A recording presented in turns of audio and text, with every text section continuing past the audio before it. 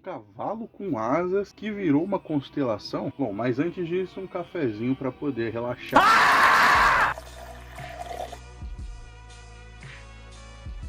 Eu imagino que vocês já devam ter ouvido falar no Pégaso, que é uma das criaturas mitológicas mais conhecidas da Grécia. E o seu mito teve origem na mitologia grega. O Pégaso ele é filho da Medusa e do Poseidon, infelizmente, né? Quem conhece a história da Medusa sabe que é uma história um pouco triste. Mas o nascimento dele se deu após da morte da Górgona Medusa, que foi decapitada pelo herói Perseu. E do sangue que jorrou da decapitação do pescoço da Medusa, nasceu o Pégaso. A Medusa estava grávida do Poseidon, mas a maldição que transformou ela na Górgona impediu ela de dar à luz. E ela só pôde dar à luz a ele quando ela morreu. Infelizmente, o Pégaso não pôde ver a sua mãe. E o cavalo alado voou para o Monte Helicon, no lugar onde viviam as musas inspiradoras. Lá, ele bateu os cascos dele no chão e com toda a força que ele fez surgir uma fonte, a fonte Hipocrene. Aquele que bebesse da água dessa fonte seria inspirado pelas musas a realizar os mais belos feitos artísticos, dando origem ao termo fonte de inspiração. Devido à sua fama, muitos tentaram domar ele, mas acabaram falhando miseravelmente. Só que com a ajuda da deusa Atena, o herói Belerofonte conseguiu amansar o Pégaso com a ajuda do laço de ouro oferecido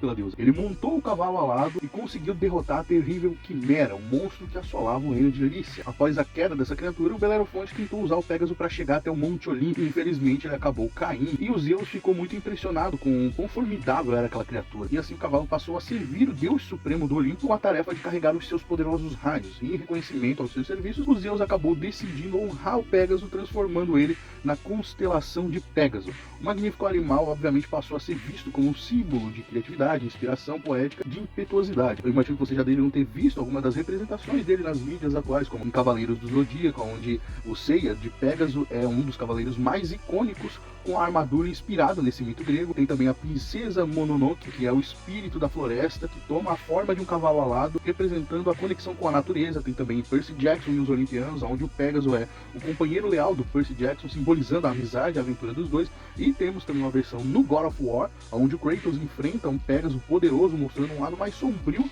e brutal dessa criatura, né? Já que é God of War. Tem também em D&D que o Pégaso é uma criatura mágica versátil, podendo ser até a montaria ou um guardião ou até inimigo. Gostou dessa história? Comenta aí qual a próxima criatura mítica para mim desenhar.